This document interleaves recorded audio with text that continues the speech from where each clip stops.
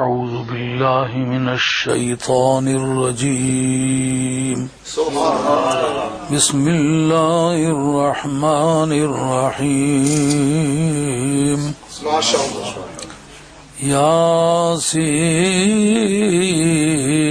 ياسين والقرآن الحكيم إنك لمن المرسلين على صراط مستقيم سبحان الله تنزيل العزيز الرحيم لتنذر قوما ما أنذر آباؤهم سبحان الله آباؤهم فهم غافلون سبحان الله الله لقد حق القول على أكثرهم فهم لا يؤمنون ما شاء الله إنا جعلنا في أعناقهم سبحان الله أغلالا فهي إلى الأذقان فهم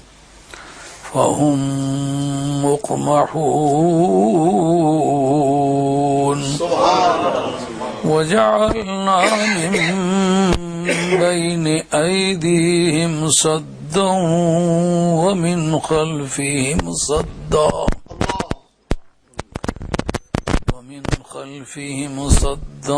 فأغشيناهم فهم لا يبصرون ما شاء الله وسواء عليهم أأنذرتهم أم لم تنذرهم لا يؤمنون إنما تنذر من اتبع الذكر وخشي الرحمن بالغيب فبشره بمغفرة وأجر كريم إنا نحن نحيي الموتى ونكتب ما قدموا وآثارهم وكل شيء أحصيناه في إمام مبين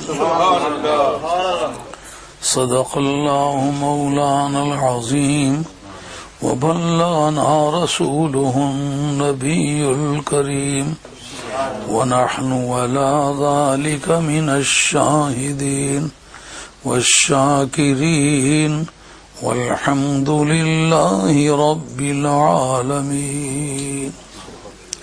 حضرت حق جل وعلا شانہ وعز اسمہ وتم برہانہ ارشاد فرماتے ہیں یاسین. بسم اللہ جی یہ حروف مقطعات میں سے ہے.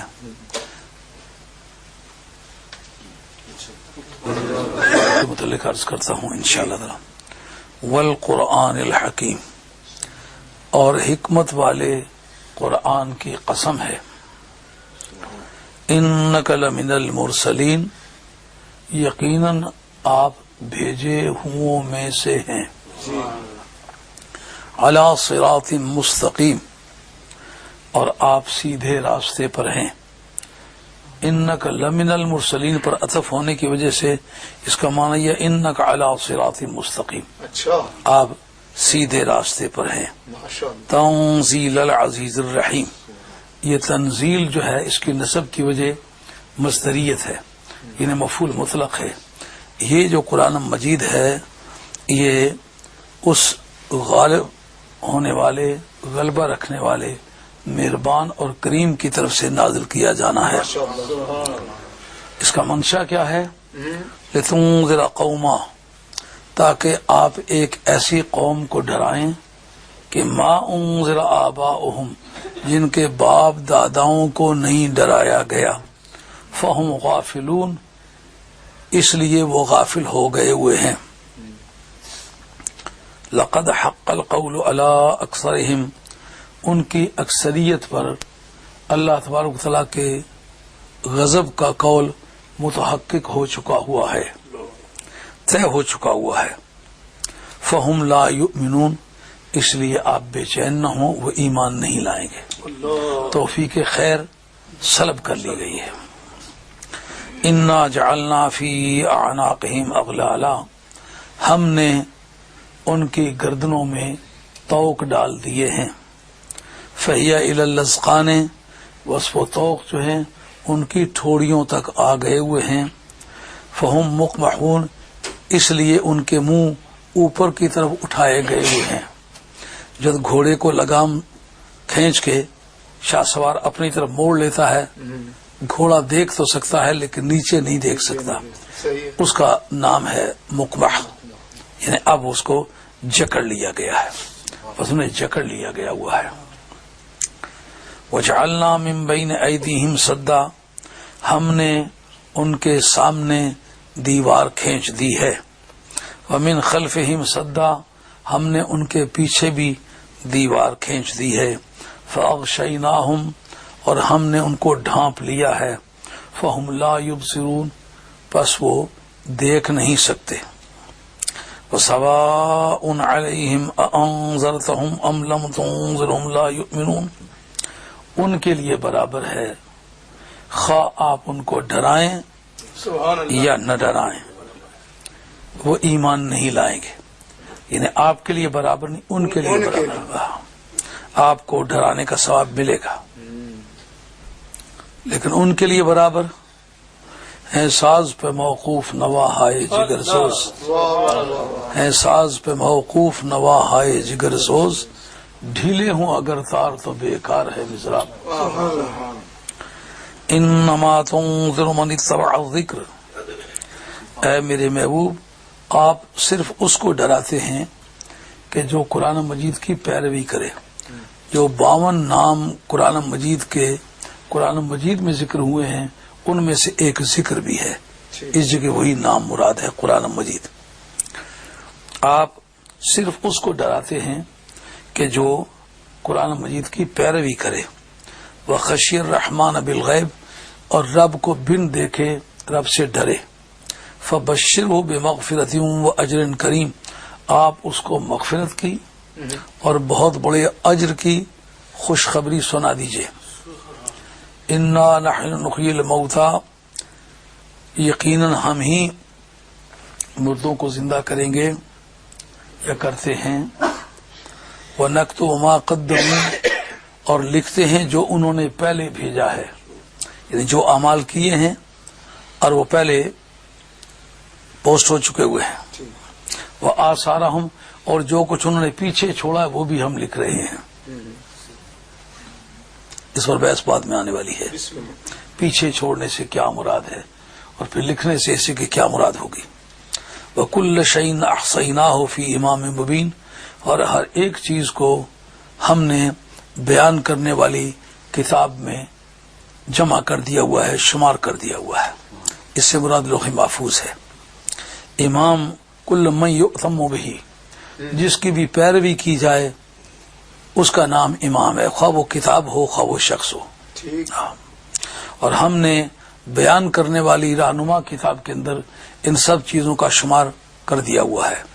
یہ ان آیات طیبات کا تحت لفظ ترجمہ ہے جو آپ کی خدمت عالیہ میں گوش گزار ہوا ہے۔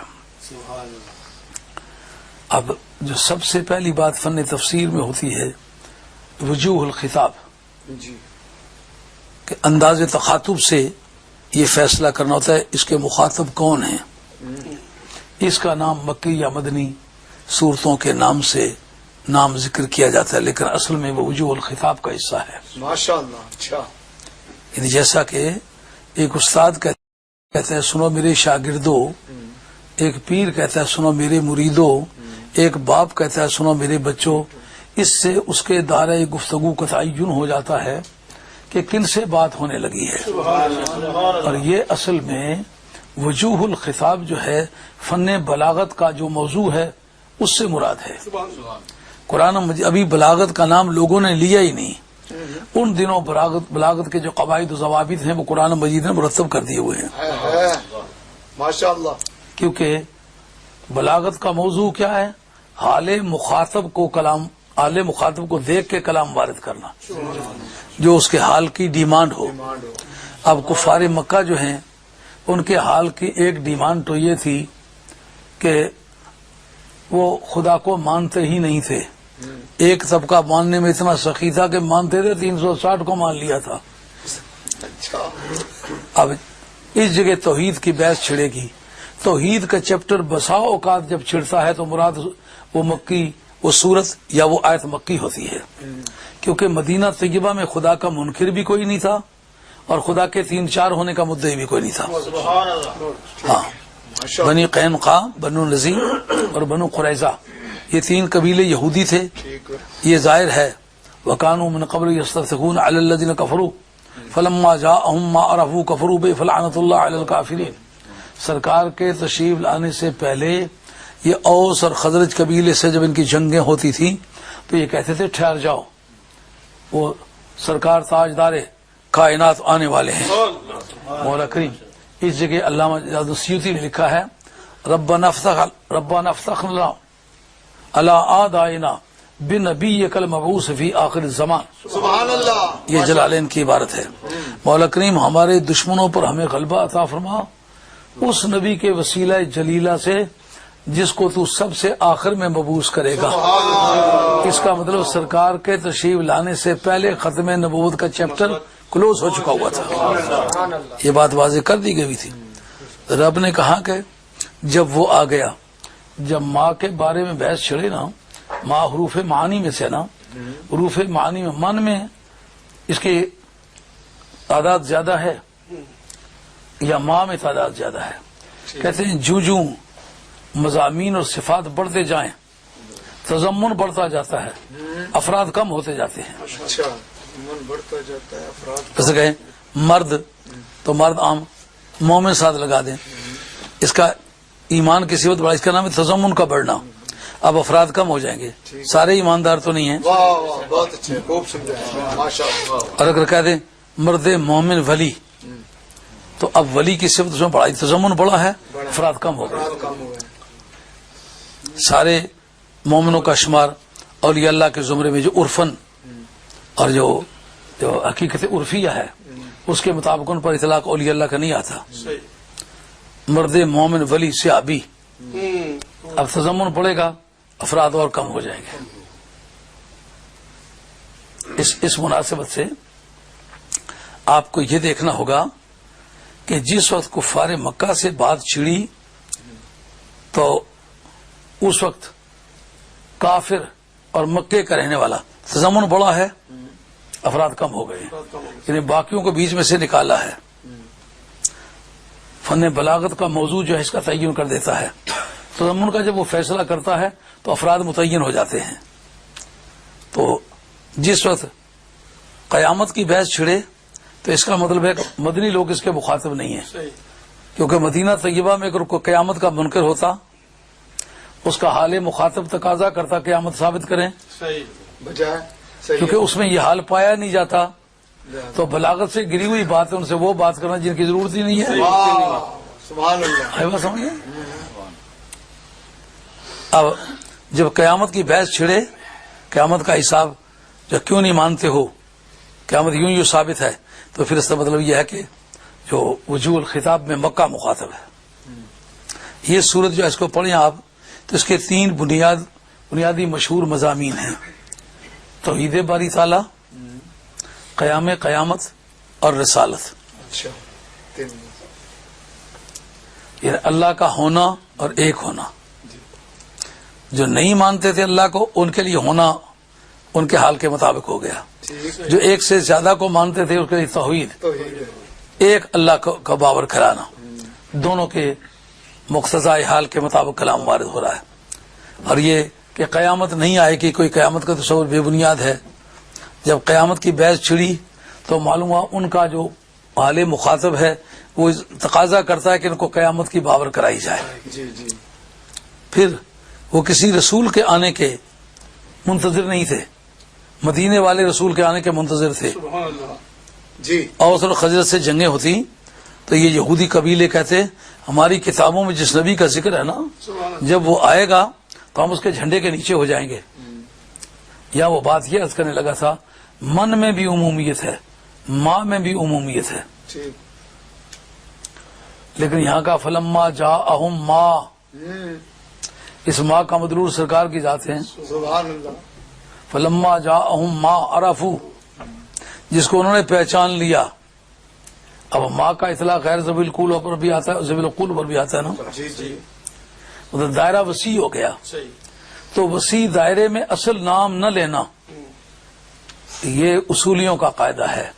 جب کلی کا ذکر کیا جائے جی تو اس کلی کے ساتھ کوئی معرفت کی علامت نہ لگائی جائے، مطلق چھوڑا جائے تو فرد کامل مراد ہوتا ہے. کامل مار. ہاں، ماشاء اللہ. سبحان اللہ. یعنی سرکار تاجدار مدینہ علیہ الصلوۃ والسلام کا تعارف کرایا جا رہا ہے کہ ایک ہی ذات آ رہی ہے جس کی شخصیت میں کوئی شریک نہیں ہے. ایک طرف تو بات پتہ چلی کہ جو تضمن بڑھتا جائے افراد جو ہے گھٹتے جاتے ہیں، جی جی تو یہاں تضمن کو چھوڑ دیا مطلقاً اور افراد کی برمار کر دی. کہا اس کا دوسرا طریقہ ایک دوسرا راؤنڈ چلتا ہے، وہ یہ بتاتا ہے کہ جس وقت کسی جنیرک، کسی کلی کے، کسی فرد کو مطلق ایبسولوٹ چھوڑا جائے، اس کے اندر قید خوبصورت، اونچے قد والا، موٹی آنکھوں والا، کالی زلفوں والا، گھنگریالے بالوں والا، یہ اوصاف نہ ذکر کیے جائیں، مطلق چھوڑ دیا جائے، تو اس کا مطلب یہ کہ وہ ایسی شخصیت ہے اس کلی کا کوئی فرد اس کے ساتھ شریک ہے. اس کا معنی یہ ہوا کہ سرکار تشریف لائے لیکن کل کائنات پر ماں کا لفظ استعمال ہو سکتا ہے. اس کو مطلق چھوڑ دینے کا یہ معنی ہے کہ سرکار کی جو شخصیت ہے بطور شخصیت کے کل کائنات کا کوئی فرد بھی سرکار کے کسی فصل میں شریک نہیں. شریک نہیں. واہ واہ واہ. سبحان اللہ. سبحان اللہ. لم یأت نذیر کفی نظر، لم یأت نذیر کفی نظر، مثلے تو نشد پیدا جانا، جگ راج کو تاج تورے سر سوہے، تجھ کو شہید سلا جانا. سبحان اللہ. تو اس سے مکی صورت ہونے کے حوالے سے 3 مضامین کو آپ نے فوکس کرنا ہے: توحید باری تعالی، قیام قیامت اور سرکار دو عالم السلام کی رسالت. اس میں اصول تفسیر کا ایک مشہور ضابطہ ہے کہ ہر گزری ہوئی صورت اور ہر گزری ہوئی صورت کا اختتام اور ہر آنے والی صورت کی ابتدا،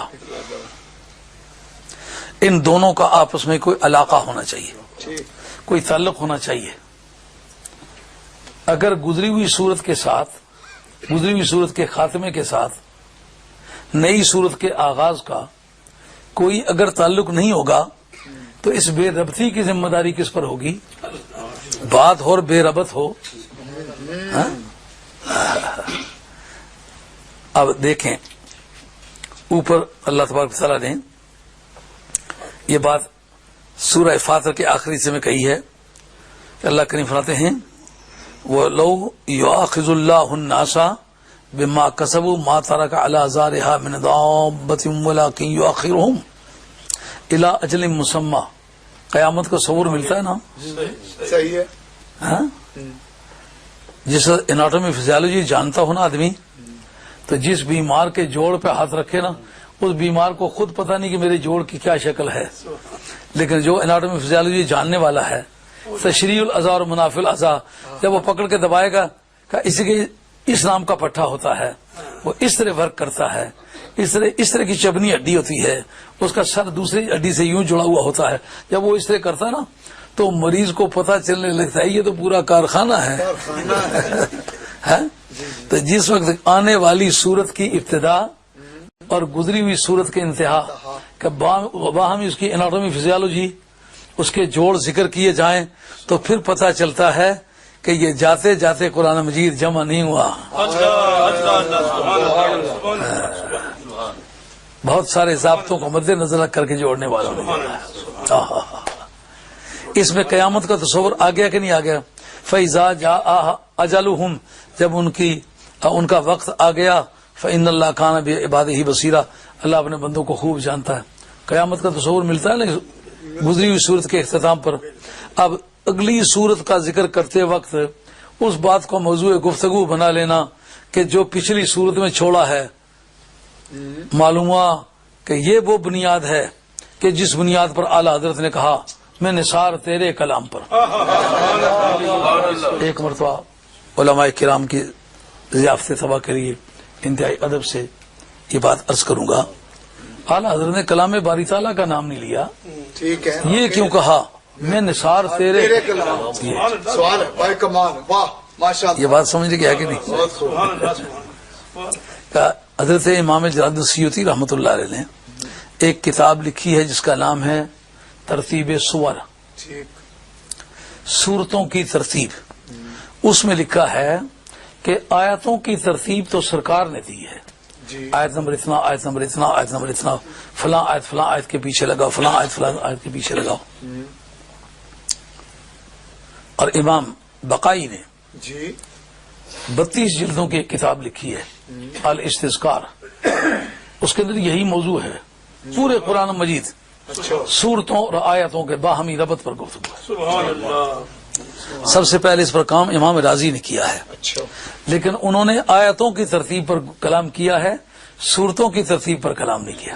اچھا، لیکن امام بقائی نے ضابطے کے مطابق، نظم الدرر ان کی تفسیر ہے، صحیح، اس کو بھی جب مطالعہ کرو 10 جلدوں کی ہے، لیکن وہ جس پر ربط کی بات کرتا ہوں 32 جلدوں کی ہے، مزہ آ جاتا ہے۔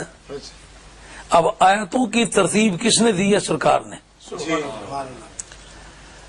جس وقت انسان کو اس بات کا پتہ ہی نہیں تھا کہ ترتیب سخن بھی کوئی فن ہے، اللہ، ٹھیک، سبحان اللہ، سبحان اللہ، آدمی گفتگو اس طرح کرتا تھا جیسے بکھری ہوئی اینٹیں پڑی ہوئی ہوں اور وہ ملبے کا ایک ڈھیر ہو، ان کو ترتیب کے مطابق لگانے کے بعد وہ عمارت بنتی ہے، وگرنہ اینٹوں کا ڈھیر عمارت نہیں کہلاتا۔ بلا شبہ، اس طرح انسان کو بکھری ہوئی باتیں کرنے کی عادت تھی، لیکن ربط اور ضابطے کے مطابق اللہ، سبحان اللہ، اب 1400 برس کے بعد جب انسان کی آنکھ کھلی ہے تو نبی پاک علیہ السلام کے خاکے راہ کو نیچے کھڑے ہو کے دیکھا، عرش اولا کی عظمتوں کی گرد راہ بتاتی ہے، دل کی دھڑکن کہہ رہی ہے اس راہ سے گزرا ہے کوئی۔ تو سرکار تاجدار مدینہ علیہ السلام نے جب کسی پڑھے لکھے آدمی سے سلام دعائی نہیں، اسی طرح، شادی ان سے نہیں کی، ایسے خاندان میں پیدا ہی نہیں ہوئے، تجارتی تعلقات ہی کسی ایسے آدمی سے نہیں، کسی پڑھے لکھے آدمی کے پاس جا کے بیٹھے ہی نہیں، یہ مہارت کہاں سے آئی؟ اللہ، اس جگہ امام جلال السیوطی کہتے ہیں قرآن مجید کی آیاتوں کا نازل ہونا خدا کی رضا کے مطابق اور اس کا ترتیب پانا رضائے مصطفیٰ کے مطابق، اس لیے قانون کہتا ہے یہ اس کا کلام ہے جس نے ترتیب دیا ہے۔ سبحان اللہ، ہاں؟ ٹھیک، اعلیٰ حضرت رحمۃ اللہ علیہ، ہاں، اس جگہ اعلیٰ حضرت کی وہ بات ثابت آتی ہے، میں نثار تیرے کلام پر ملی یوں تو کس کو زبان نہیں، وہ سخن ہے جس میں سخن نہ ہو، وہ بیان ہے جس کا بیان نہیں۔ سبحان اللہ، واہ واہ واہ، اور سبحان اللہ، صورتوں کی ترتیب کس نے دی ہے؟ حضرت صدیق اکبر رضی اللہ تعالیٰ کے دور پاک میں جو پوری امت کا سردار ہے، بے شک، جو قرآن کمیٹی تھی جس کے چیئرمین جناب فاروق اعظم رضی اللہ تعالیٰ تھے، جو جناب صدیق اکبر کے بعد پوری امت سے افضل ہیں، ان کی موجودگی میں یہ ترتیب دی گئی۔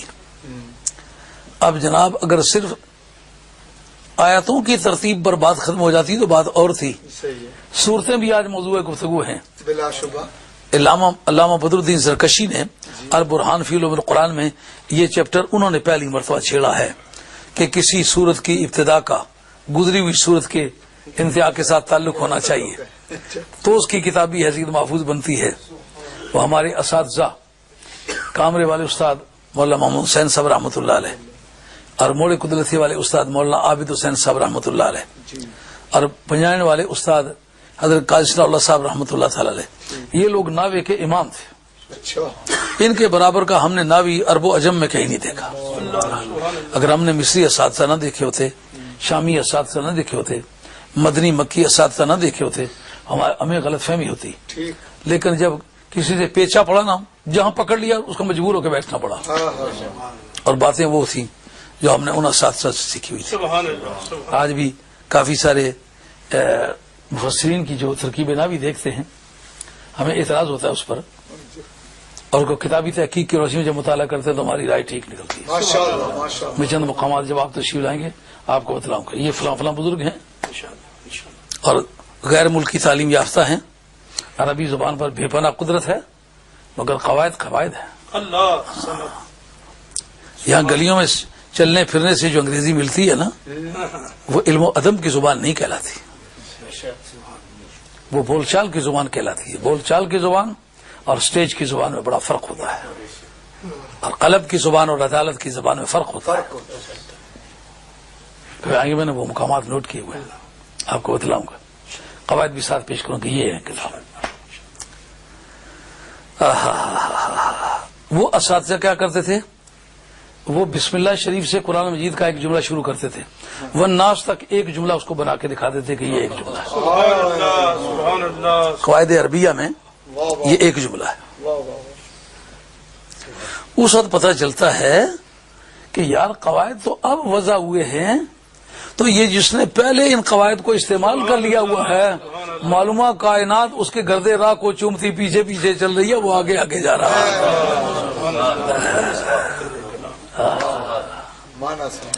یہ صورتوں کو جوڑنے کا کام صدیق اکبر رضی اللہ عنہ، فاروق اعظم اور آپ کی قرآن کمیٹی نے کیا ہے. اس کا مطلب یہ ہے ان کا ذوق اتنا سلیم تھا کہ بارگاہ رسالت میں بیٹھ بیٹھ کے رانجا رانجا کر دینی میں آپ ہی رانجا رانجا مینو آنکھوں تھی دو ہیر نہ آنکھوں کوئی رانجے بچ سما محمد چھٹی جادو. یعنی اپنی ہستیاں کھو بیٹھے اور سرکار دو عالم الاسلام کا روپ دھار لیا. آج صورتوں کے ربط پر کوئی شخص معترض ہونے میں کامیاب نہیں ہو سکا. اس کا مطلب رسول ہے. رسول کی رسالت میں کوئی دوسرا رسول ہو کے بھی شریک نہیں. غالباً اس مسئلے پر میں نے استاری گفتگو کی تھی. بالکل صحیح. تلک آیات اللہ نتلوها علیک بالحق وانک لمن المرسلین. میں نے کہا وہ سارے باقی بھی رسول ہیں، سرکار بھی رسول ہیں، مگر وہ رسول ہو کر عظمت مصطفیٰ میں وہ شریک نہیں ہے. یاد آ رہی ہے؟ کئی مرتبہ میں جاتا ہوں تو لوگ کہتے ہیں آپ نے یہ تقریر کی تھی، یہ جملہ بولا تھا، اس پر یہ اعتراض ہوا ہے، ہمیں کوئی جواب نہیں بنایا. تو پچھلے سے پچھلے سالوں میں گیا ہوں تو ایک ساتھی مجھے کہنے لگے کہ آپ نے یہ کہا تھا ذکر خدا مٹ سکتا ہے، ذکر مصطفیٰ نہیں مٹ سکتا. میں نے کہا تھا؟ کاروات میں آپ نے تقریر کی تھی اور آپ نے کتاب الملل والنیال کا حوالہ پیش کیا تھا. ہم نے کتاب الملل والنیال دیکھی، اس میں نہیں ہے. میں نے کہا پہلی بات تو یہ کتاب الملل والنیال آپ کی استعداد سے باہر ہے، آپ اس کے دیکھنے پر قادر نہیں ہیں. دوسری بات میں نے اس پر روح البیان بیان کی تھی، اور یہ نہیں. اور ابھی بھائی بیٹھے، میں فوراً گیا جا کر کے کتاب لے کے میں نے کہا یہ ہے. اور وہ تقریر روات میں نہیں کی تھی، مولا دروغہ میں کی تھی. 40 برس کے بعد کی بات ہے. میں نے کہا تقریر میں نے کی تھی مولا دروغہ میں، اور یہ اس کتاب کا نام لیا تھا، اس کا نہیں نام لیا تھا جو آپ کہہ رہے ہیں.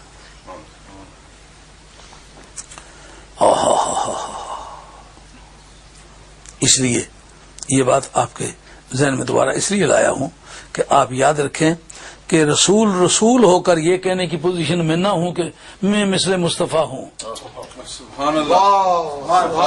تو ایک مولوی صاحب صرف داڑھی کے زور پر یہ کیوں کہتے ہیں میں مثل مصطفیٰ ہوں؟ سمجھ آئی یہ بات؟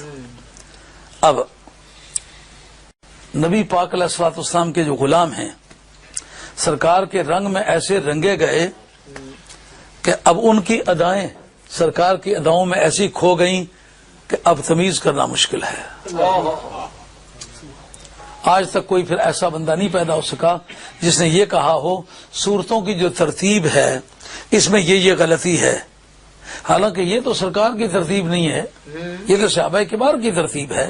اس کا مطلب نکاح مصطفیٰ کی چھلنی سے جو پار ہو گیا اللہ ہے، اس کی اداؤں پر معترض ہونا بھی یہ اہل ایمان کی عادت نہیں ہے، اللہ ایمان سے محرومی کی نشانی ہے۔ لیجئے اللہ کریم اس میں قیامت کے آثار کا ذکر، اس میں قیامت کے فیصلوں کا ذکر، اس کا مطلب اس میں اور اس میں مطابقت ہے،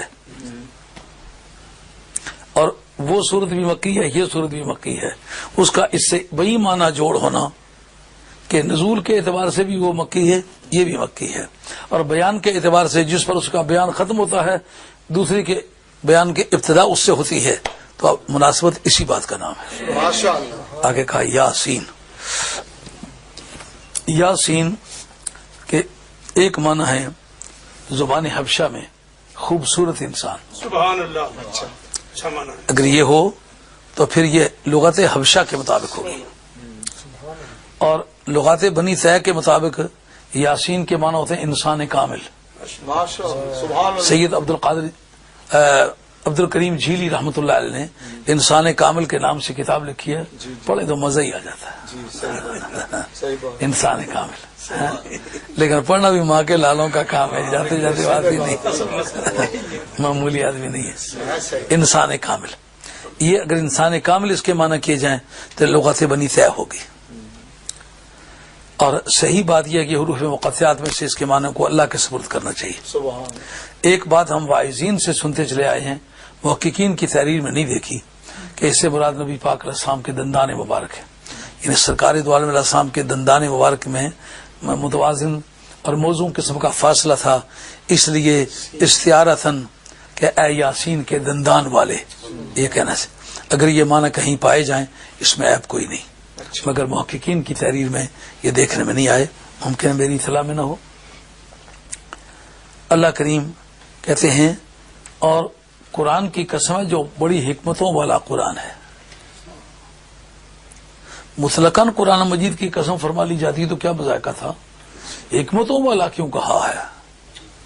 کہا میرے محبوب یہ تو آپ کی لمبی چوڑی تفصیلات کو موضوع گفتگو بناتے ہیں، ان کو یہی پتہ نہیں کہ جو صرف قرآن مجید ہے نا، جی صرف قرآن مجید کا مفہوم ہی ہزارہ حکمتوں پر مبنی ہے۔ اللہ سبحان اللہ حکمت کا جو اعلی لغت نے ترجمہ کیا ہے وہ یہ ہے کہ حقائق کائنات کو کما فی الحقیقت جاننا، اس کا نام ہے حکمت نظری، اچھا حکمت نظری ہاں، اور طاقت انسانی کے مطابق اس کو عمل میں لانا، اس کا نام ہے حکمت عملی۔ کل کائنات میں جو کچھ ہے اس کو حقیقت کے مطابق جاننا، حقیقت کس بات کا نام ہے؟ ترتب اجزاء کا نام ہوگا۔ ٹھیک تو ترتب اجزاء تو اس کے ہوں گے جو مادہ رکھے گا، صحیح ہے جو مرکب ہوگا، اس کا مطلب مفرد تو ان کے حکمت سے باہر ہوا، صحیح اچھا جو بسیط ہے، ہاں جو اس میں ترکب نہیں پایا جاتا، مرکب نہیں، کافی اجزاء سے جڑتا نہیں ہے، پتہ نہیں وہ تو ان کے موضوع سے خارج ہو، پھر اس کی کوئی حقیقت نہ ہوگی۔ کہا دراصل یہ حقیقت کی تعریف جو ہے یہ منطقیوں کے نزدیک ہے، منطقی جو ہیں وہ کسی وجود کے بسیط ہونے کے قائل نہیں ہے، وہ مرکبات کے قائل ہیں، اس لیے منطقیوں سے کہ اگر خدا کا فیصلہ کرانا چاہو وہ نہیں کر سکتے، کہ خدا ان کا موضوع گفتگو ہی نہیں ہے۔ اس لیے منطقی کتابوں میں جب فرشتوں کا ذکر آتا ہے نا تو کہتے ہیں منطقی فرشتوں کے قائل ہی نہیں ہے، اس لیے ان کے موضوع سے خارج ہے۔ تو پھر حقیقت کس بات کا نام ہوگا؟ کا حقیقت دراصل ماہیت شے، جتنی انسان کی طاقت ہے اس کے مطابق اس کی ماہیت وہ کیا ہے، ماہیہ سے یہ مصدر جعلی اس کو کہتے ہیں، اچھا جیسے کہ کپتان سے کپتانیت آپ کہیں، ٹھیک ہے مولوی سے مولویت کہیں، اس طرح یہ مصدر جعلی ہے جو اس کی ماہیت اللہ کی بارگاہ میں ہے، اس کے مطابق جاننے کا نام ہے حکمت نظری۔ کیا مطلب نکلا؟ کا اور تو مرکب اور بسیط کے فرق سے نہ جانے تو یہ تو اس کی کمزوری ہوگی، ٹھیک ہے لیکن میں کہتا ہوں میں خدا ہوں اور یہ میرا کلام ہے اور یہ حکمت پر مبنی ہے، ایسی کوئی حقیقت نہیں ہے جو قرآن پر کھلی ہوئی نہ ہو، سبحان اللہ نتیجہ واہ واہ خوب اسی لیے قرآن کا جاننے والا سب سے بڑا حکیم ہے۔ ماشاء اللہ علامہ اقبال مرحوم کہتے ہیں آن کتاب زندہ قرآن حکیم حکمت اولا یزال استو قدیم. یہ کتاب ہے زندہ اور اس کی حکمت، اس کی فلسفی، یہ حکمت کا ترجمہ ہے فلسفی. فلسفی جو ہے یہ گریک ورڈ ہے فلسفی، اور یہ بھی مرکب ہے فلسفہ سے. فلا میں نے بھاگ گیا، صفا میں نے بیوقوفی، بیوقوفی بھاگ گئی، یہ ترجمہ ہے حکمت کا. تو اب اس کی فلسفی کا کائنات کے اندر جو کچھ ہے نا، قرآن اس کے حقیقت سے واقف ہے. تو وہ کتاب جو اس سے واقف ہے اس کو سرکار کے سینے پر نازل کرنے کی مصلحت کیا ہے؟ فَإِنَّهُ نَزَّلَهُ عَلَىٰ قَلْبِكَ بِإِذْنِ اللَّهِ. بلا شبہ وہ جبریل امی وہ کتاب آپ کے قلب پر نازل کرتے ہیں. جو علماء عقائد کے ہاں بحث ہے نا کہ مرکز عرفان قلب ہے یا دماغ. سید شریف جرجانی شرح مواقف میں عقیدے کی کتاب ہے، اس پر بحث چھیڑتے ہیں. وہ کہتے ہیں کہ مرکز عرفان قلب ہے. کا اس کا ثبوت، ان کا ثبوت اس لیے کہ جو سرکار دو عالم صاحب کو معراج کرائی گئی، سرکار کا قلب پھاڑا گیا، دماغ نہیں پھاڑا گیا. سبحان اللہ. قلب کا آپریشن ہوا ہے، دماغ کا آپریشن نہیں ہوا. فائدہ کا اس لیے کہ جو انسان میں بتقاضائے بشریت جو چیزیں پائی جا سکتی ہیں یا بے ہوشی کا باعث بن سکتی ہیں وہ نکال دی جائیں. کیوں؟ یہ نماز عشق پڑھنے جا رہے ہیں. جس طرح کی نمازیں ہوتی ہیں اس طرح کے وضو ہوتے ہیں. یہ نماز عشق ہے، اس لیے سینہ پھڑوانا اس کا وضو ہوگا. امام محی الدین ابن عربی رحمۃ اللہ علیہ فتوحات مکیہ شریف کے اندر لکھتے ہیں، کہتے ہیں موسیٰ علیہ السلام دیکھ کر بھی ہوش کیوں ہوئے؟ اچھا، ان کا دراصل وہ نماز عشق کا پہلا سجدہ تھا، اس لیے تو چونکہ سینہ پھڑوایا ہوا نہیں تھا، اس نماز کو جو وضو چاہیے تھا وہ نہیں کیا ہوا تھا، اس لیے بے ہوش ہو کر کے گرے ہیں. اگر سینہ پھڑوا کے گئے ہوتے تو کبھی بے ہوش نہیں.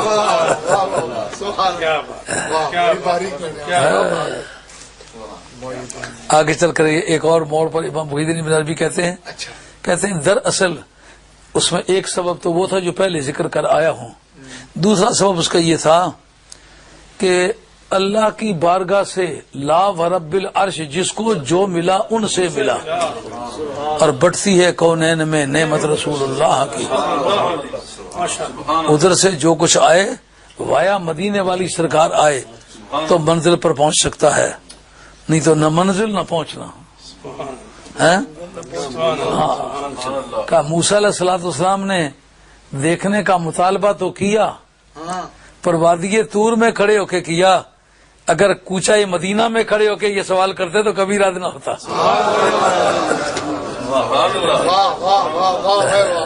نعرہ تکبیر، نعرہ رسالت، نعرہ حیدری، مفکر اسلام، تعلیمات مفکر اسلام. بے تاب جس کے لیے عرش اعظم، وہ اسرا روے لامکاں کی گلی ہے. نہیں تو وادی طور کی پہنائیوں کو طے کرنے والا اور عظمت طور کی بلندیوں سے لطف اندوز ہونے والا، وہ کسی کے کاخو کو کے بارے میں کیوں پوچھتا پھرے؟ صحیح ہے. یہ کہنا کہ اللہم اجعلنی من امت محمد صلی اللہ علیہ وسلم، اور کوئی نبی نہ کہے، کوئی رسول نہ کہے مجھے ان کی امت بنا دے، یہ کیوں کہتے مجھے ان کی امت بنا دے؟ ٹھیک. ان کا دراصل جو دیدار کا مزہ آیا تھا نا، اس نے احساس مرتبہ سے بیگانہ کر دیا.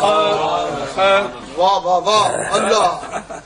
محبت کی عادت ہے، محبت جب اپنی بلندیوں کو چھونے لگتی ہے اس وقت پھر احساس مرتبے سے بیگانہ ہو جاتا ہے.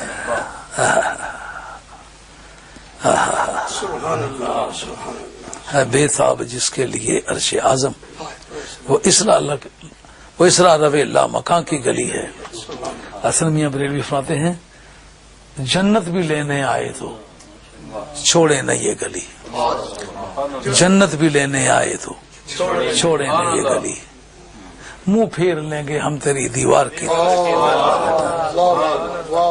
موسیٰ علیہ الصلوۃ والسلام طور کی چوٹیوں پر کھڑے ہو کر مدینہ طیبہ کا راستہ پوچھتے پھریں.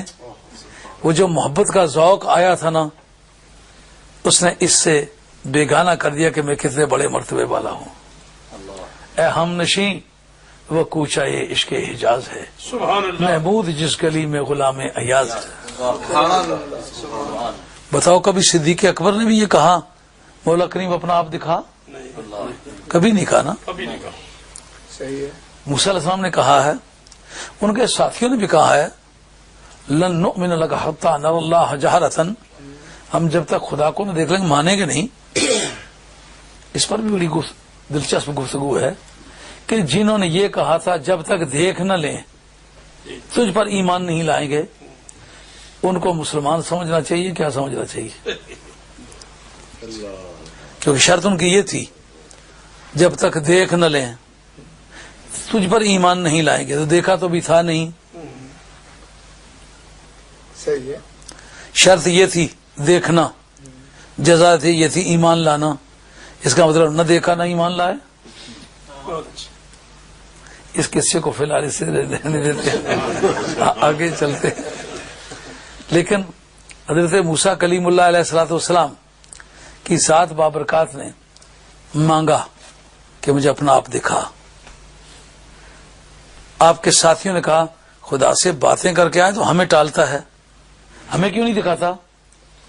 جب سرکار معراج کی رات سفر کر کے واپس تشریف لائے، دیدار خدا بندی سے لطف اندوز ہوئے، اس وقت حضرت صدیق اکبر کی ذات پاک نے کیوں نہیں کہا جب تک خدا نہ دکھائے ہم نہیں مانتے؟ صحیح ہے. کوئی نہیں. سوال تھا نا. سوال تھا. فاروق اعظم نے، عثمان غنی نے، حیدر کر، یہ سب لوگ اس وقت مسلمان ہو چکے ہوئے تھے کہ آپ جب تک نہ دکھائے نہیں مانیں گے. نہیں کہا. وجہ کیا ہے؟ کا وجہ یہ ہے آدمی بھوکے آدمی کو روٹی مانگنے کی عادت ہے. پیٹ بھرا ہوا تو کوئی نہیں مانگتا، پیاسے کو پانی مانگنے کی عادت ہے. علماء کی زبان جس کو تحصیل حاصل کہتے ہیں، جو چیز ملی ہوئی نہ ہو نا اس کے بارے میں آدمی کہتا ہے کہ مجھے یہ چیز چاہیے. جس کو ملی ہوئی ہو وہ مست رہتا ہے. لبوں پہ مور خاموشی دلوں میں یاد کرتے ہیں. بر زبانش کفل در دل راز ہا، لب خاموش ہو دل پر آواز ہا. اب سرکاری تو عالم علیہ السلام دیکھ کے آئے، تشریف لائے. کسی سے ابھی کا یہ نہ کہنا کہ جب تک آپ نہ دکھائیں. حافظ شیرازی چشتی ہے جناب، اللہ. ذوق کا بادشاہ ہے. کہتا حقرا بچشم گرچ ندیدند لیکنش از دیدن جمال محمد شناخت. کہ رب کو دیکھا ہوا نہیں تھا، جب سرکار کو دیکھا تو ملے ہوتے ساجن ملسی ہونا. مانے کھل گئی. واہ. آگے یہ بات سمجھ میں؟ بالکل. یہ حکمتوں والا قرآن مجید ہے. یعنی کائنات کی کوئی حقیقت قرآن سے مخفی نہیں ہے، اور قرآن کی طرح سرکار کے سینے میں ہے. سرکار کے سینے پر نازل کرنے کی مصلحت آمد امبر سے مطلب کہا کہ اس میں راز یہ ہے کہ ساری کائنات کے اسرار اس جگہ رکھے جائیں تو محفوظ ہیں. سبحان اللہ. ہاں؟ سبحان اللہ. اب وہ کتاب حکمتوں والی رکھی کہاں ہے؟ سرکار کے قلب پر. تو اب مرکز عرفان کون سی جگہ ہوئی؟ قلب ہوا. ہاں جی. قلب ہوا. نازل کہاں ہوا قرآن مجید؟ قلب پر ہوا. آپریشن کہاں کا ہوا؟ قلب کا ہوا. تو اس کا مطلب یہ ہے قلب مرکز عرفان بھی ہے، مرکز ایمان بھی ہے، مرکز حکمت بھی ہے. سبحان اللہ. لیکن حکمت کے معنی میں غور کرتے وقت ہمیں یہ بات آسانی سے سمجھ میں آنی چاہیے کہ کائنات میں جو کچھ انکشافات قرآن مجید نے کیے ہیں وہ اگر چیلنج نہ ہوں، جی دوست اور دشمن سب ماننے لگ جائے، صحیح ہے. جبکہ قرآن کے وہ ورق الٹنے سے پہلے جی وہ حقیقتیں کائنات پر مخفی تھیں، سبحان اللہ. تو پھر تو ماننا پڑے گا کہ قرآن ہی حکیم ہے. سبحان اللہ. اس کے سوا حکمت کے دعوے دار ہیں، مگر صحیح طور پر اگر حکمت کو جانتا ہے تو قرآن قرآن جانتا ہے. جانتے ہیں. اسی صورت میں آگے چل کر کہا سبحان الذی خلق الازواج کلها مما تنبت الارض ومن انفسکم ومما لا تعلمون. پاک ہے وہ ذات جس نے زمین سے اگنے والی ساری چیزوں کو جوڑا جوڑا پیدا کیا ہے اور تمہارے اندر بھی تمہیں بھی جوڑا جوڑا پیدا کیا ہے, اور وہ بہت ساری چیزیں جن کو تم نہیں بھی جانتے ہو ان سے بھی جوڑا جوڑا. ممکن ہے پتھروں میں بھی جوڑے کی شکل ہو, ممکن ہے ایروں میں جوڑے کی شکل ہو, ممکن ہے موتیوں میں جوڑے کی شکل ہو. بہت سارے وہ جن کو تم نہیں جانتے ہو وہ بھی جوڑے جوڑے پیدا کی. اب اس کا فیصلہ کرنے کے لیے کہ آن کتاب زندہ قرآن حکیم, سبحان اللہ. اس میں ہم دیکھنا چاہیں گے کہ قرآن مجید نے ان حکمتوں کو جانا کس طرح. حقائق کائنات کو کما فی الحقیقت جاننے کا نام حکمت ہے نا جی. اب جس وقت کہ پوری دنیا پر جس کو کہتے ہیں اب کیمسٹری, فزکس کا حصہ ہے کیمسٹری, وہ جنس عالی ہے, وہ سمم جینس ہے. یہ سب الٹرنٹ جینس جس کو کہتے ہیں, درمیان میں جو اوپر والی جنس اور نیچے والے کے درمیان آتے ہیں سب الٹرنٹ جینس ان کو کہتے ہیں. اجناس متوسطہ, اجناس متوسطہ میں سے ہے یہ. تو کیمسٹری یہ نچلے درجے کی جنس ہے, اوپر کی جو ہے وہ فزکس ہے. اب فزکس پر اس پر غور کرے گی کہ یہ جو قرآن مجید نے کہا جتنی چیزیں زمین سے اگتی ہیں یہ ساری جوڑا جوڑا ہے. اچھا, اس کے جوڑے جوڑے کو تقریباً کوئی 150-200 برس کے ہیر پھیر میں وقت گزرتا ہوگا کہ فزسسٹ نے اس کو تسلیم کیا ہے کہ کچھ چیزیں جو زمین سے اگتی ہیں وہ کچھ جوڑا جوڑا ہیں. لیکن جب یہ قرآن مجید نے کہا ساری جوڑا جوڑا ہیں, مسٹر موریسن ایک سائنٹسٹ گزرا ہے امریکہ میں جس نے ایک کتاب لکھی تھی دی مین از ناٹ لونلی. اس کے اندر اس پر بحث کی تھی اور اپنے مسلمان ہونے کی وجہ بتائی تھی. اس کو بین کر دیا تھا انہوں نے, اس کو بھی کچھ سزا دی تھی. وہ یہ تھی, وہ کہتا ہے کہ میں نے جب دیکھا کہ جو اس کو اینالائز کرنے کے طریقے ہیں کہ جوڑا ثابت کرنا چاہو تو اس کا تجزیہ کرو, یہ فارمولے اس پر اپلائی کرو, اگر وہ فٹ نکلے تو پھر جوڑا ہے. ان میں سے ایک تھا کہ جوڑے کے جوڑا ثابت کرنے کے لیے یہ ثابت کرنا ہوگا کہ اگر ان کی آپس میں جدائی کر دی جائے تو بیج ہیں تو بیج نہ لگیں, پھل ہیں تو پھل نہ لگیں, پھول ہیں تو پھول نہ لگیں, یعنی ریپروڈکشن سسٹم جو ہے انہیں بند ہو جائے. پھر ثابت ہو جائے گا کہ واقعی جوڑا جوڑا ہے. کا پھولوں کے گملے ایک جگہ لگے ہوئے تھے, ایک جگہ سے اٹھا کر کے دوسرا گملہ 200 میل دور لے جایا گیا, وہ وہاں پھول بھی دے رہا ہے, بیج بھی دے رہا ہے, یہاں والا بھی بیج بھی دے رہا ہے, پھول بھی دے رہا ہے. تو پھر آ کے وہ تھیوری یہاں ٹوٹتی ہے, تجربہ اس کی حمایت نہیں کرتا کہ یہ جوڑا جوڑا. اگر یہ جوڑا جوڑا ہوتے تو جوڑے کی جدائی سے آگے نشو نما میں ڈسکنیکشن ہونا یہ ضروری ہے, کیونکہ یہ آپس میں جدا کر دیے گئے لیکن پھر بھی یہ چلتے رہے, ریپروڈکشن سسٹم چلتا رہا, یعنی توالد و تناسل ان میں چلتا رہا. اگر یہ جوڑا جوڑا ہوتے تو بغیر توالد و تناسل کے آگے ان کے نسلیں نہ بڑھتی. سوال سمجھ میں آیا کہ نہیں سمجھ میں آیا؟ یعنی پھول تھے, گملے ایک جگہ اگائے تھے, ان کی پنیری لگائی تھی, اور گملے بیچے, ایک کو اسکاٹ لینڈ میں لے گئے, دوسرے کو ڈوور میں لے گئے, تو ایک ڈنڈی میں پڑا ہوا ہے, دوسرا ڈوور میں پڑا ہوا ہے, وہ وہاں پھول دے رہا ہے, وہ وہاں پھول دے رہا ہے, اس کے ساتھ بھی بیج لگ رہے, اس کے ساتھ بھی. تو اگر یہ جوڑا جوڑا ہوتے تو ان کی جدائی سے آگے ان کے نشو نما کا پر اثر نہ پڑتا.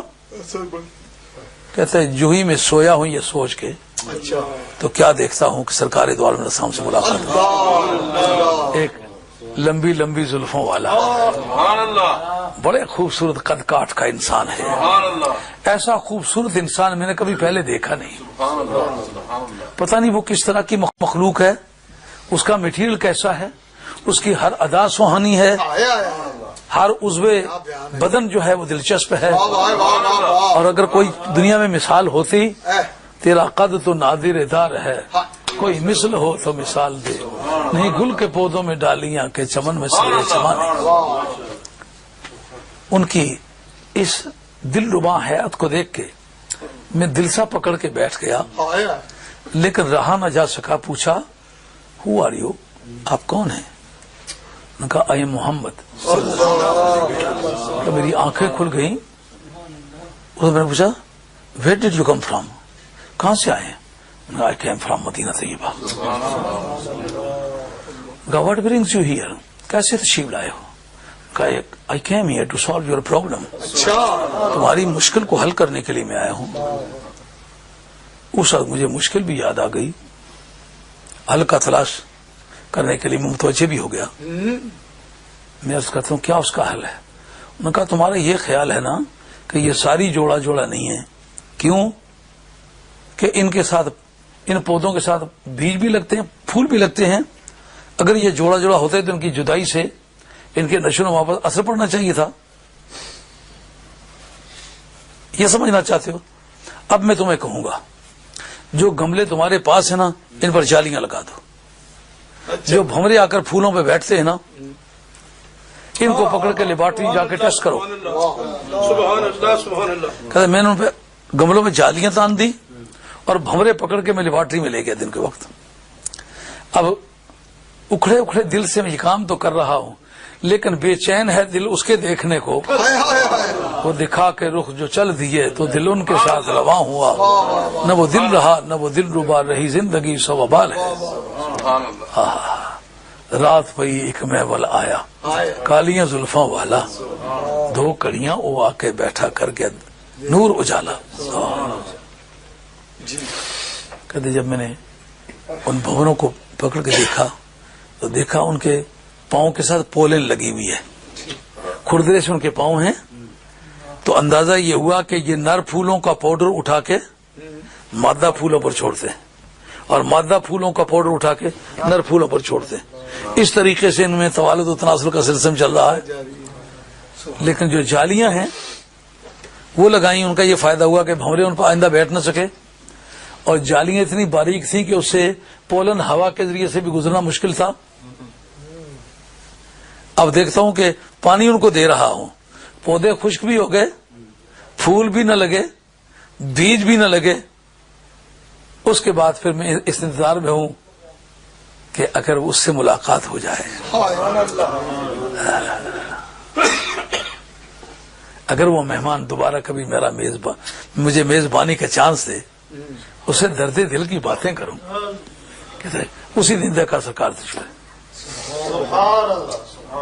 آپ نے پوچھا سوال حل ہوا کہ نہیں؟ انہوں نے کہا ہاں جی, بات ثابت ہو گئی کہ آن کتاب زندہ قرآن حکیم حکمت اولا یزالست و قدیم جو آپ نے آج سے 1400 برس پہلے اعلان کیا ہوا ہے, آج ہماری تحقیقات کی تجربہ گاہوں نے اس کو ثابت کر دی. ہم جھوٹے آپ سچے. ہم نے جو کچھ سمجھا ہوا تھا وہ ناقص تھا, آپ نے جو کچھ بتایا ہے وہ کامل ہے. اب جناب آن کتاب زندہ قرآن حکیم حکمت اولا یزالست و قدیم, یہ بات ثابت ہوئی کہ نہ ہوئی؟ اب جس قرآن مجید کی ہمہ گیری کا یہ عالم ہے, ہم اس کو چھوڑ کے لوگوں کے اٹکل پچیوں کے پیچھے پیچھے مارے مارے پھرتے ہیں. اس عقل و دانش کا ماتم نہیں کرنا چاہیے کیا؟ مسلمان کو چاہیے اس کتاب کے ہوتے ہوئے کسی کو اپنی رہنما کتاب نہ مانے, اس کتاب کو رہنما مانے جو اس کے بارے میں صحیح رہنمائی کرتی ہے. اتنی حد تک رہنمائی اس کی تسلیم کرے جو اس کے مطابق بنتی ہے. اس سے ہٹ کر کسی کی رہنمائی قابل قبول نہیں ہے, نہ کسی پیر کی, نہ کسی فقیر کی, نہ کسی عالم کی, نہ کسی درویش کی, نہ کسی سائنٹسٹ کی. تو اب اس عقیدہ صحیحہ کی بنیاد کا ذکر کرنا قیامت کے آنے سے پہلے پہلے کیا مناسبت ہے؟ اچھا, قیامت کے آنے سے پہلے پہلے ان کا ذکر کرنا, یہ عقائد صحیحہ ہیں. انک لمن المرسلین, بے شک تو رسولوں میں سے, کتاب حکمت والی ہے, تو رسولوں میں سے ہے. کا قیامت کے اعمال کا دار و مدار عقیدہ صحیحہ پر ہے. قیامت کی کامیابی کا ذکر کرنے سے پہلے ہم عقائد صحیحہ تمہارے سامنے رکھتے ہیں. پہلے عقائد اپنے درست کر لو, اس کے بعد اعمال کی درستی کا فائدہ انک لمن المرسلین, بے شک آپ بھیجے ہوئے لوگوں میں سے ہیں جن کو ہم نے بھیجا تھا. علی صراط مستقیم. اگر کسی کو سیدھا راستہ چاہیے ہو تو دلائل کی تلاش نہ کرے, دیکھے آپ کے پاؤں کہاں لگے ہوئے ہیں. اس نشان راہ پہ مر مٹے, قرب خدا بندی اسے جاتے جاتے مل جائے گا. آپ کے نشان راہ کا نام ہدایت ہے. علامہ بدر الدین زرکشی نے البرہان فی علوم القرآن کے اندر بتایا کہ قرآن مجید کے اندر ہدایت 17 معنوں میں مستعمل ہوئی ہے. ٹھیک. ان میں سے ایک معنی حضور کی اپنی ذات ہے. سبحان اللہ سبحان اللہ. اس کے شواہد میں یہ آیت پیش کرتے ہیں.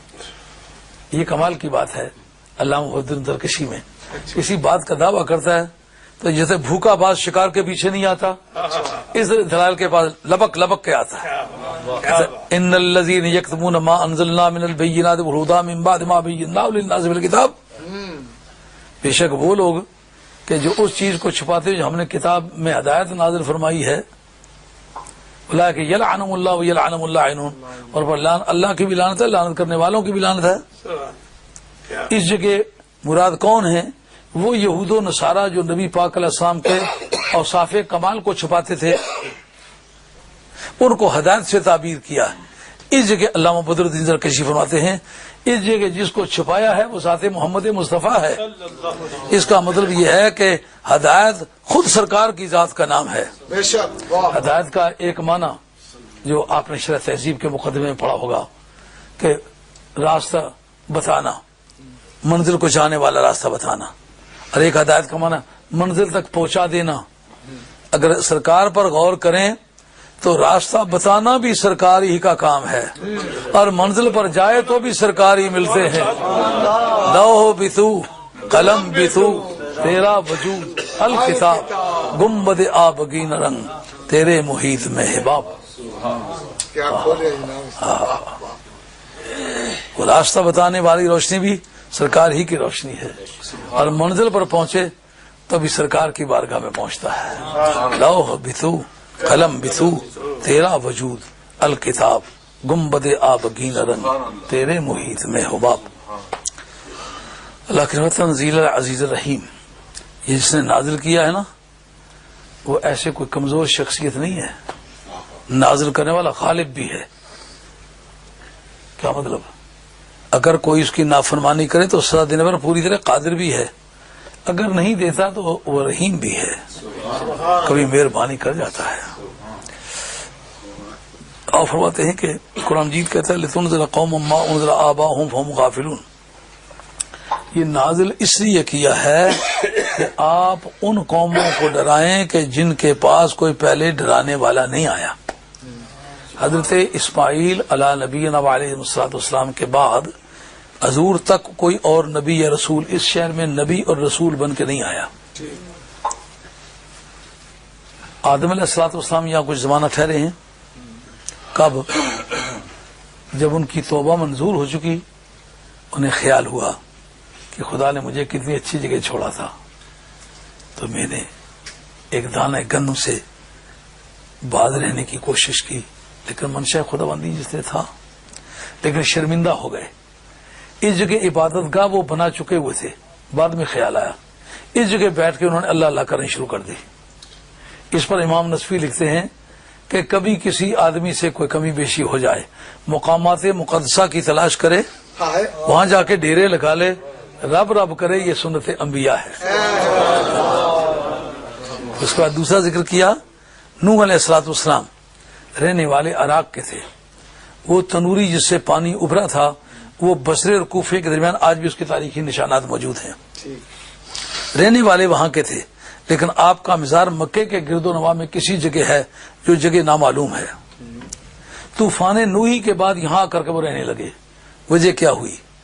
جس وقت رب کریم نے ان کے کہے پر طوفان برپا کیا، لوگ مارے گئے، اور جب طوفان خشک ہوا تو جا بجا مٹی کے ڈھیروں کی طرح انسانوں کی لاشیں پڑی ہوئی ہیں. رب نے ان کو کہا کہ ایسا کرو، برتن بناؤ. کیا طریقہ ہے؟ اس طرح مٹی کا کیچڑ بناؤ، اس طرح اس کو بار بار تم حل کرو، اس طرح وہ ایک مشین سی بناؤ جو گول دائرے میں پھرنے والی ہے، پھر اس پر رکھ کے برتن بناؤ. جیسے جیسے رب بتاتا گیا کرتے گئے. جب وہ اس کا ایک بھٹی بنا کے آگ لگائی، اس کو گرم کیا اور برتن سرخ سرخ بن گئے. رب نے کہا اب ان کو قطار میں لگاؤ. قطار میں لگایا، کہا لے کر مونگری ان کو توڑ ڈالو. مولا کریم بڑی محنت سے بنائے ہیں، مجھے توڑنے میں اعتراض تو کوئی، جیسے کہ آپ کو فرمان ہوگا ویسے کروں گا، لیکن یہ لگتا بڑا اچنبا سا ہے، بڑی محنت سے بنایا. انہوں نے کہا جس میں تو روح نہیں پھونک سکا ان کو توڑنے میں اتنا تردد ہے کہ مجھ سے مروائے، ان میں تو سب میں جان ڈالی ہوئی تھی۔ اس وقت آپ کی طبیعت پر ایک احساس ہوا کہ میں نے کام کو کیا ہے، میرے خدا کو اچھا نہیں لگا۔ آپ پھر عراق چھوڑ کے نا وہ مکہ شریف میں آئے ٹھہر۔ اس پر بھی امام نسوی نے لکھا ہے اچھا کہ کوئی اپنی خطا کا احساس ہو تو توبہ بھی کرے اور مقامات مقدسہ کی تلاش بھی کرے۔ مقامات مقدسہ پر جا کے، یہ جو مقدس مقام ہولی پلیس جن کو کہتے ہو، کہتے بغداد کیوں جاتے ہو، اجمیر کیوں جاتے ہو، داتا کیوں جاتے ہو، مدینہ طیبہ کیوں جاتے ہو، نجف اشرف کیوں جاتے ہو، یہ اس کا جواب ہے۔ آئے مکہ شریف میں آ کے ڈیرے لگا لیے، کہا مولا کریم جو ہو گیا وہ تو ہو گیا، معافی چاہتا ہوں، زندگی میں کبھی ایسا دوبارہ نہیں کروں گا۔ معافی بھی مل گئی ہوئی ہے، بے شک لیکن طبیعت پر ندامت جو ہے وہ دور نہیں ہو رہی۔ یہ ایمان کی زندگی اور ایمان کی ترقی کی علامت ہے کہ اپنی کسی کوتاہی کو کوتاہی سمجھے، اس پر ندامت کا اسے احساس ہو۔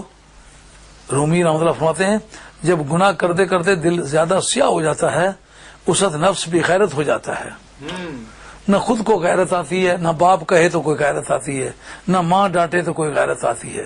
آدمی کہتا ہے کوئی بات نہیں، ایسا ہوتا رہتا ہے۔ یہ نفس کے بغیرت ہو جانے کی نشانی ہے۔ چوں زیادہ گشت دل را تیر کی، نفس دورا بیش گردد خیر کی۔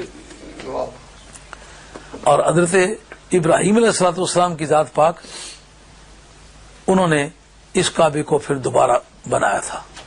نوح علیہ السلام کے طوفان کے بعد اس کے آثار مٹ گئے تھے، دوبارہ بنایا تھا۔ اور اسماعیل علیہ السلام اس جگہ اللہ کے وہ آخری پیغمبر جو بطور رسول کے کچھ وقت ٹھہرے ہیں، اس کے بعد پھر اس قوم میں کوئی رسول یا نبی بن کے نہیں آیا۔ اس لیے قرآن کہتا ہے یہ اس لیے نازل کیا ہے تاکہ آپ اس قوم کو ڈرائیں جن کے آباء و اجداد کو ڈرایا نہیں گیا۔ کیا مطلب؟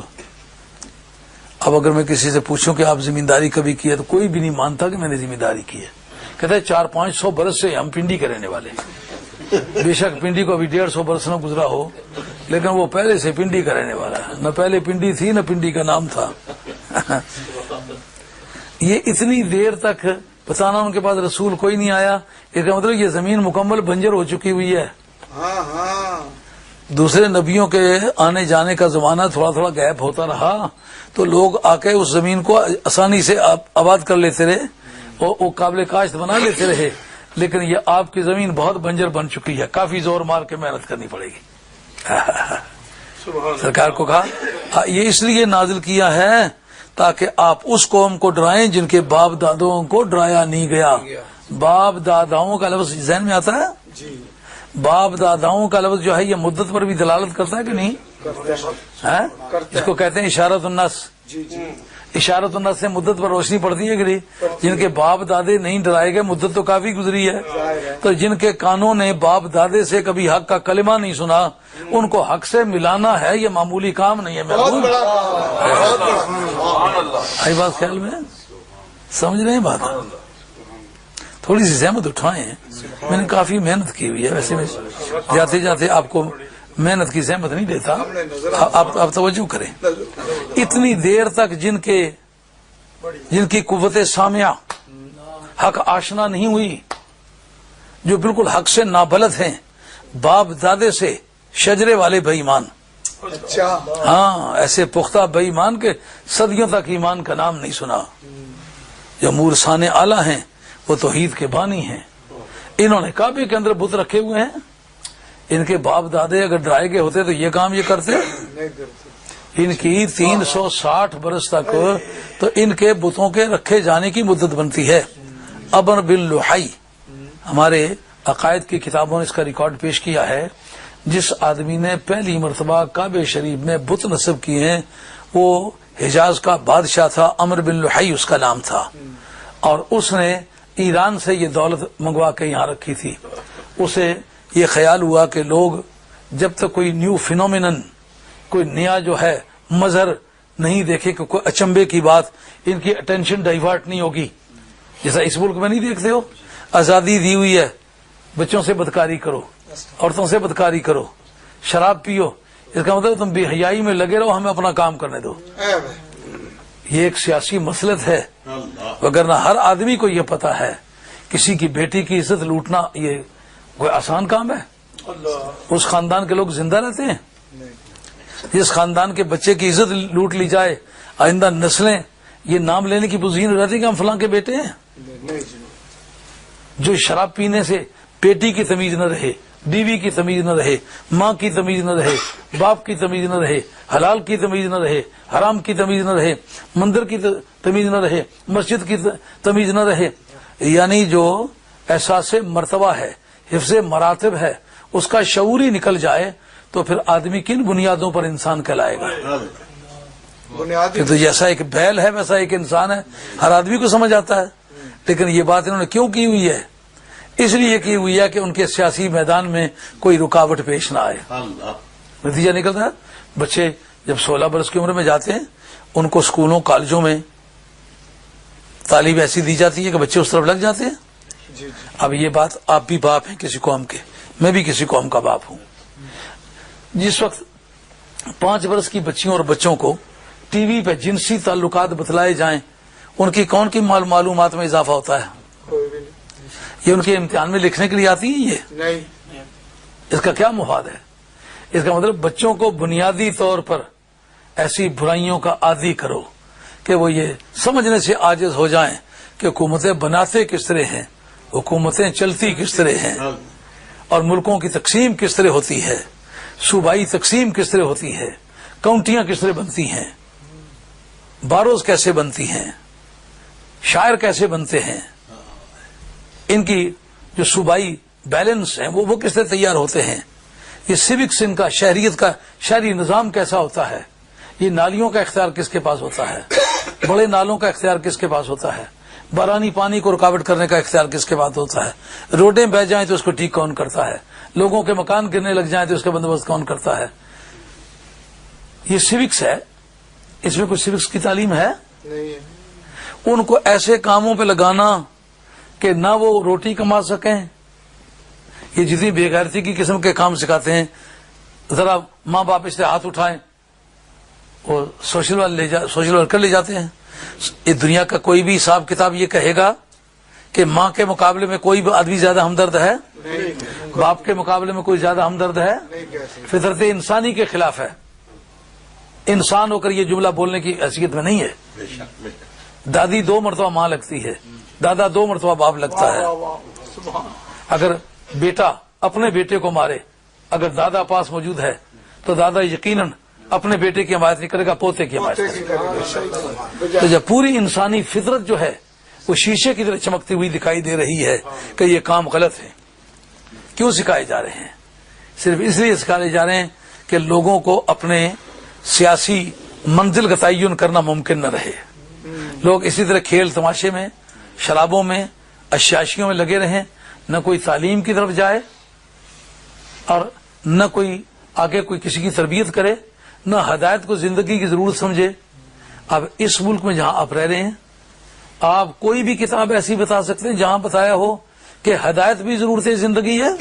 میرا خیال ہے نہیں بتایا گیا. یہ کیوں؟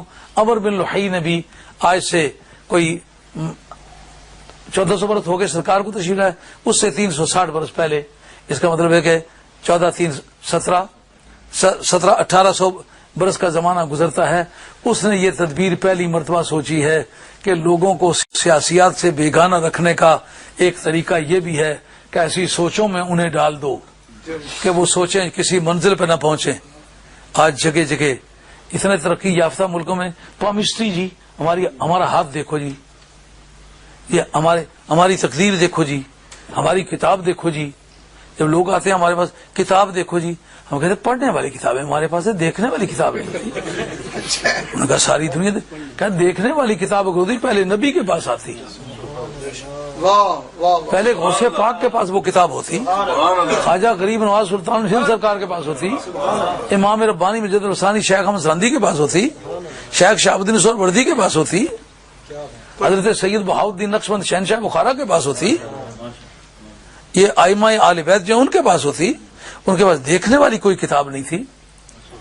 اس طرح کے لوگوں میں اس ملک میں شعور اگر انہوں نے نہیں ڈالے تو کہاں سے آئے ہیں یہ مقدر دیکھو ستارہ میرا زوال میں ہے کہ کمال میں ہے. یہ باتیں اس وقت سکھائی جا رہی ہیں. اس فلسفی کے تحت عمر بن لحی نے کعبہ شریف کے اندر بت رکھے ہوئے تھے. اب نبی پاک علیہ السلام کو یہ احساس دلایا جا رہا ہے اے میرے محبوب کتنی ہی دنیا آباد ہوئی ہوگی پر کعبے میں تو کسی نے بت نہیں رکھے ہوں گے. وہ بات سمجھ آ رہی ہے نہیں آ رہی؟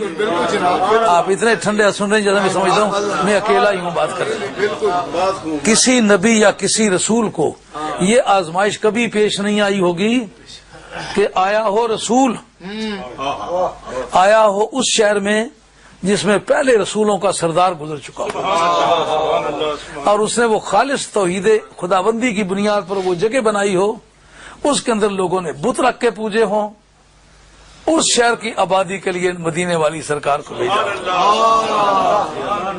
اب سمجھ آئی ہے تم ذرا قومن ما انذر آباؤہم جن کے باپ داداؤں کو صدیوں سے نہیں ڈرایا گیا آپ ان کے ڈرانے کے لیے آئے ہیں.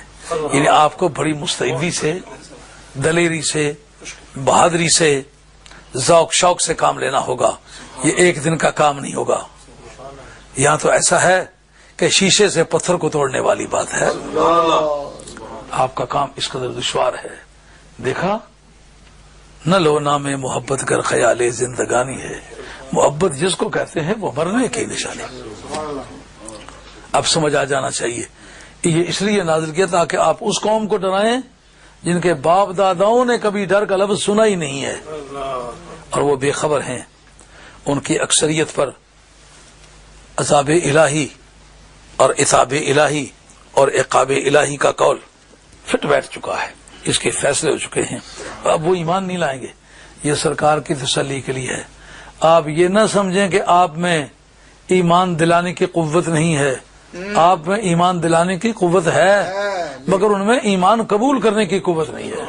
یہ ان کی کمزوری ہے. یہ آپ کی کمزوری نہیں ہے. ہم تو مائل بکرم ہیں. کوئی مانگنے والا ہی نہیں. جلوہ طور تو موجود ہے موسیٰ ہی نہیں. انا جعلنا فی اعناقہم اغلالا فہی الی الاذقان فہم مقمحون. ہم نے ان کی گردنوں میں طوق ڈال دیے ہیں پر ان کے منہ اب آسمانوں کے اٹھے رہ جائیں گے. یہ اس طرح ہوا کہ سرکار دو عالم السلام ایک دن نماز پڑھ رہے ہیں کعبہ شریف میں تو کفار ابو جہل نے کہا اب اگر میں نے کبھی دیکھ لیا نا ان کو یہاں سجدہ کرتے ہوئے تو بھاری پتھر آ کے سر میں پھینکوں گا اسی کا سر کچل ڈالوں گا. لیکن جو سرکار کو سجدے میں دیکھا نا پتھر لے کے آیا تو اسی جگہ پتھر کے ساتھ ہاتھ جکڑ گئے. نہ پتھر پھینک سکتا ہے نہ اٹھا سکتا ہے. اس کو کہتے ہیں مارو. ان کا اپنے باپ کا سر ماروں کیا ماروں مار سکتا ہی نہیں ہوں. بعض آ گیا. دوسرے نے کہا تم بزدل آدمی ڈر گئے ہو موقع پر میں آتا ہوں. اس نے مارنے کے لیے اٹھایا گلے کے قریب رہا تو گلے کے ساتھ چمٹ گیا. اب نہ پھینک سکتا ہے نہ اٹھا سکتا ہے نہ مار سکتا ہے. ساتھی کہتے ہیں مارتے کیوں نہیں ہو. ان کا میں اس وقت ابو جہل کو حق بجان سمجھتا ہوں نہ مارنے میں. کہا مجھے دو. تیسرے لیا انہوں نے کہا مارتا ہوں. جب قریب گیا نا تو ڈر کے مارے بھاگا. انہوں نے کہا ایک بیل دیکھا بڑے بڑے سینگوں والا سرکار کے پاس تھا. ان کا آگے آئے تو ان سینگوں سے پیٹ چیر کے رکھ دوں گا. کہ ڈر کے بھاگ آیا ہوں. اللہ کریم فرماتے ہیں کہ ہم نے ان کی گردنوں میں طوق ڈال دیے ہیں. اب ان کی ٹھوڑیوں تک آ گئے ہیں. اب ان کے منہ آسمان ہی کی طرف اٹھے رہ جائیں گے. آپ کو کبھی کسی دشمن سے خدا سابقہ ہی نہ ڈالے. اگر ڈالے یہ آیت آپ پڑھ کے پھونک دیں. اللہ کو منظور آپ کا بگاڑے کا کچھ نہیں. وجہ یہ اعمال قرآنی یہ الگ چیپٹر ہے. یہ علم ہے قرآن مجید کا کہ قرآن مجید کی کون کون سی آیتیں کس کس مقصد کے لیے پڑھ کے پھونکی جائیں یا گلے میں تعویذ کے طور پر ڈالا جائے تو کیا فائدہ پہنچتا ہے. لیکن اس کے لیے بزرگان نے لکھا ہے کہ کسی صاحب اجازت کی اجازت چاہیے ہوتی ہے. مثلا بچھو نے کاٹ کھایا ہے تو کیا کرے. کہا برتن میں پانی ڈال کے اس کے اندر نمک ڈال لے اور نمک ڈال کے تو اس کی جو جگہ وہ بچھو نے کاٹ کھایا ہے اس جگہ وہ پانی پھراتا جائے.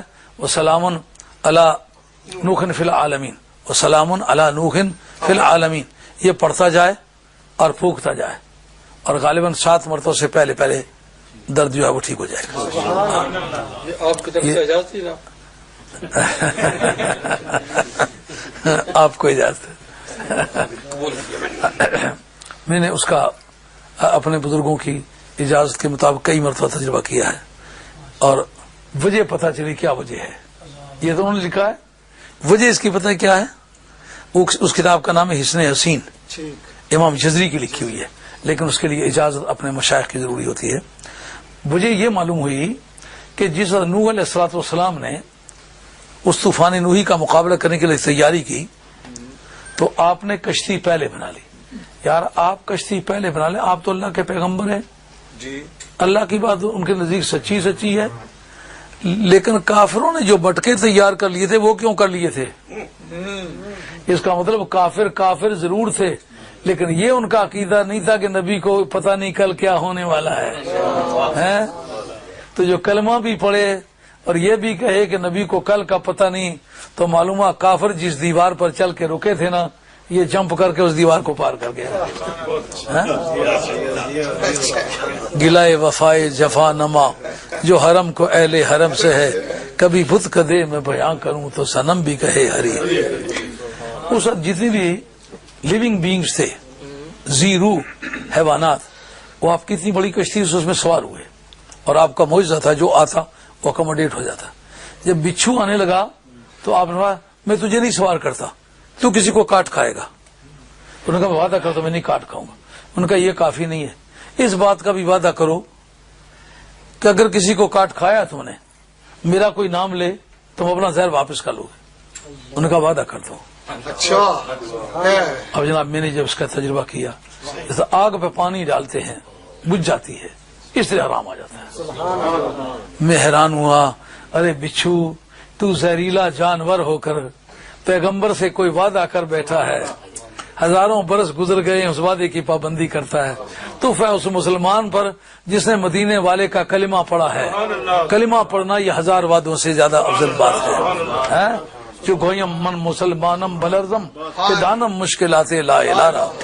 جب میں کہتا ہوں میں مسلمان ہوں، کانپ جاتا ہوں کہ میں لا الہ الا اللہ محمد رسول اللہ کی ذمہ داریوں کو محسوس کرتی. یہ وعدہ ہے یا رسول اللہ آپ کا غلام بن کے رہوں گا. ارے یہ اعمال قرآنی کا چیپٹر ہے.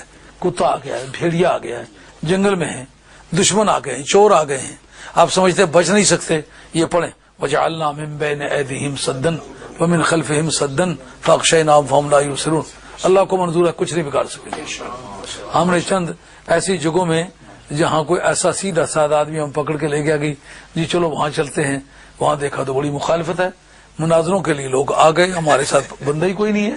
ہم نے یہ پڑھ کے پھونکا رب کو یاد کر کے، پھر جو دنیا کا تبرہ ہے نا ان کو مارا ہے، پھر کوئی بگاڑ کچھ نہیں سکا. اور یہ بڑا پورا یقین ہوتا رہا کہ اب ہمارا رب ہمارے ساتھ ہے. یہ آیت ہم نے پڑھ دی ہے، اپنے بزرگوں کی اجازت ہمارا کچھ نہیں بگاڑے گا. جو باتیں کبھی بھی نہیں کی نا اس تاریخ وہ بھی کی ہیں. تو آپ بھی اس کا بے شک تجربہ کریں. کوئی حرام کام نہیں کرنا، ناجائز کام نہیں کرنا، جائز کام کے لیے پڑھنا ہے.